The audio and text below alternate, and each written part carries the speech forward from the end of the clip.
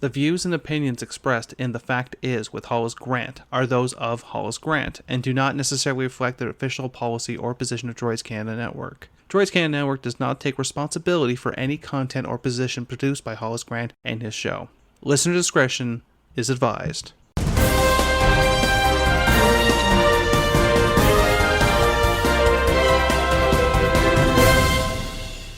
Good morning, good afternoon, and good evening. Thank you for tuning in to another edition of The Fact Is.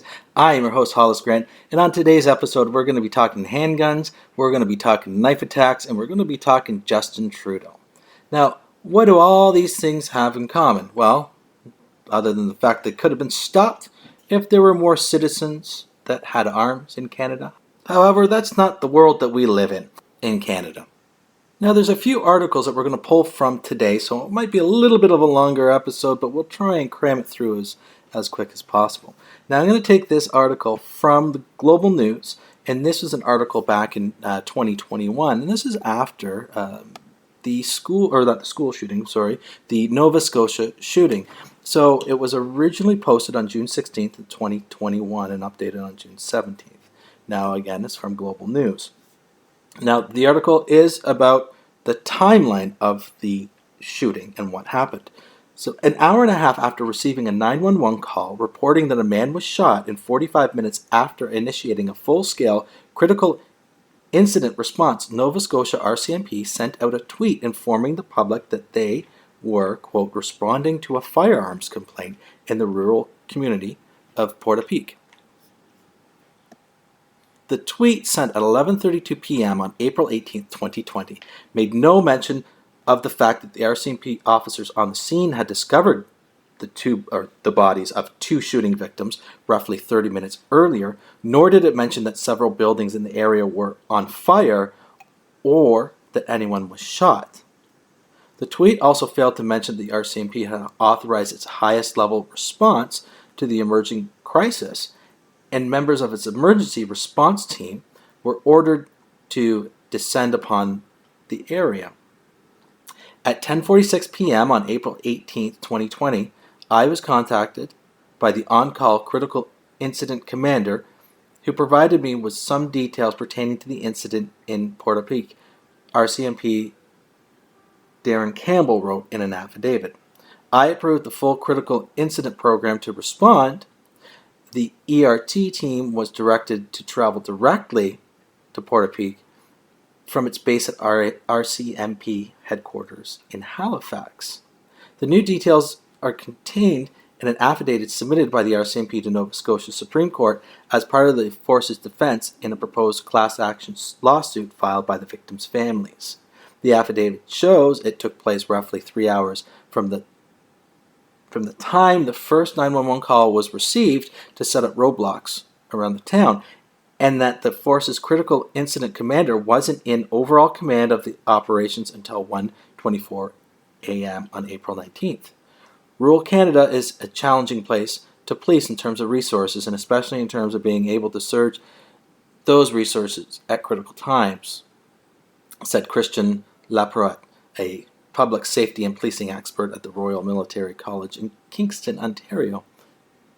He said that while the RCMP might have benefited from setting up roadblocks earlier, he wasn't surprised by the timing of the response and how long things took given how few resources are available in the region. Now keep in mind, this guy works for the military, works for the government, and he's making excuses for policing to say, oh, well, it's really hard because there's not a lot of police, and well, they couldn't have set up roadblocks, and they can't really do anything because there's not a lot of people out there.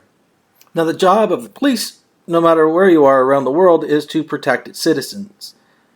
In Canada, citizens aren't allowed to carry guns freely like they are down in the States. It's not a right to carry a firearm. It's a privilege to carry a firearm. There's strict laws, so you can't just necessarily walk around with guns strapped to your waistline. So Canada's in this position that you need to trust the police officers and the government to ensure that these protocols are followed in a timely manner. And what this shows is that it wasn't followed in a timely manner. A shooter went out, killed a lot of people in that time, drove all over the place, and was shooting at people and wasn't stopped because government was slow to act. The police was slow to act. Everyone was slow to act.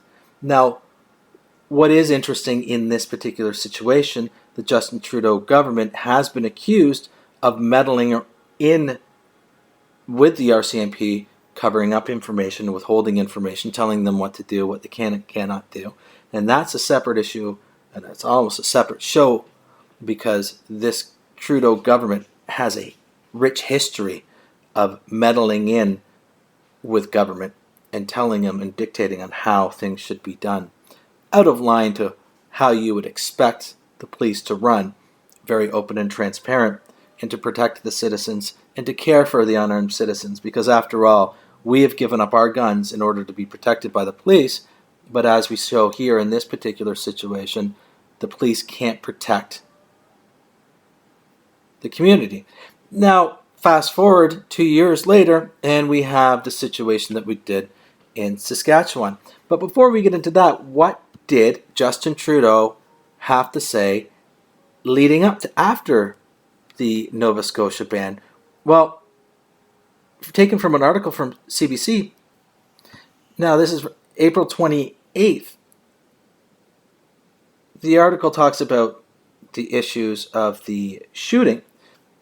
Just days after, on April 28th, Prime Minister Justin Trudeau announced a ban on some 1,500 firearm makes and models, including 2 of the guns used in the Nova Scotia mass shooting: a Colt law enforcement carbine, a semi-automatic weapon, and a Ruger Mini 14. At that time, police had still not released specific makes and models used in the attacks. That information didn't become public until the fall of 2020, when the National Post reported details of the weapons after obtaining a brief prepared for the Prime Minister after the shooting. Now, getting into the particular article is talking about the information coming out, but really what's important is the gun ban that Trudeau went on to say, well, we need to eliminate guns and we can't have Canadians protect themselves. And there's no way that Canadians should have guns because we want to prevent mass shootings. Now, there hasn't been a mass shooting in Canada since this event, and there's a very small amount of mass shootings that had occurred. But banning guns isn't the solution. Because if we're looking at what recently happened in Canada, we have September 5th, 2020, we have the knife attacks. So if we're banning 1,500 guns, and that's wonderful, guns can't be sold and purchased by anybody, but now we've shifted those attacks into a knife attack. Now, how many people died in the knife attack? Would it have been like a mass shooting where this person drives around the province and shoots people and hasn't been stopped by the police?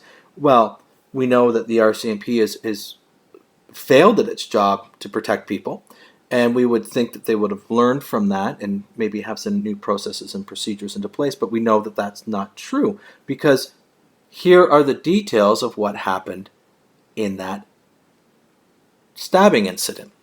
And this is taken from a CBS news article and not from a Canadian press. This Canadian press hasn't really written much about this. So 10 dead, 15 hospitalized in Canada's mass stabbing attacks, police say. Canadian police searched across the expansive province of Saskatchewan for 2 suspects believed to have stabbed 10 people to death in an Indigenous community and nearby town in one of the deadliest mass killings in the country's history.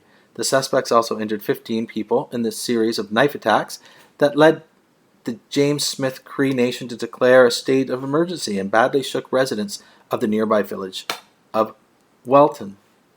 No one in this town is ever going to sleep again. They're going to be terrified to open their door, said Weldon resident Ruby Works, who was close to one of the victims. The stabbings occurred in 13 separate locations throughout the James Smith Cree Nation in Welton, the RCMP said. 13 locations. 13 locations that this happened. So these have people running around the community with knives. So now, if we know that they can't protect the police, and I mean by they, the police can't protect people with a gun, and they can't protect people with a knife, and they can't protect people with a van attack, who's protecting? Because it's certainly not the government, and it's certainly not the police. They're not protecting. They're not showing up. And when they do show up, they're showing up an hour and a half, or 2 hours late. So when you have the Prime Minister of Canada saying, well, we need to ban guns and we need to get the guns out of the hands of criminals and we need to start banning knives and we need to start banning vehicles and we need to start banning everything, you're cutting back on police force and you're cutting back on their budget and their operating budget. So now your response times are dwindling. And a simple act of a stabbing could have been prevented had more people been carrying firearms. It could have been prevented if there were police. Now, this did happen on a reserve, and most reserves have their own police force. That's another question for that community to answer as to why are you not policing your own people? Now, if we're going to say that the RCMP is the equivalent of the FBI, Canada's highest police force, you would think that they would narrow down who these suspects are and to be able to capture them. RCMP said that they're looking for 31-year-old Damian Sanderson and 30-year-old Miles Sanderson in connection with the stabbings. Damian Sanderson was described as being 5'7" and weighing roughly 155 pounds, and police said Miles Sanderson is 6'1" and around 200 pounds. Police believe they may be driving a black Nissan Rogue. So, Canada's mightiest police force can't find 2 suspects that have been involved in stabbings in 13 locations. And they just know they're driving a black Nissan. Rhonda Blackmore, the Assistant Commissioner of the RCMP Saskatchewan, said some of the victims appear to have been targeted by the suspects, but others appear to have been attacked at random. She couldn't provide a motive. It's horrific what has occurred in our province today, Blackmore said. Canadian Prime Minister Justin Trudeau tweeted, "The attacks of Saskatchewan today are horrific and heartbreaking. I'm thinking of those who have lost a loved one and of those who were injured." Blackmore said police began receiving reports before 9 a.m. of the first stabbings in the First Nations community. More reports of attacks quickly followed, and by midday, police issued a warning that a vehicle reportedly carrying the 2 suspects had been spotted in Regina. 6 a.m., but yet they only issue a warning at 12. Midday. 6 hours later. So in Nova Scotia, it was a 2-hour delay. And in Saskatchewan, it's now a 6-hour delay. So the next attack, we're going to say, is going to be about a 12-hour delay. Police said the last information they had from the public was that the suspects were sighted there around lunchtime. There have been no sightings since.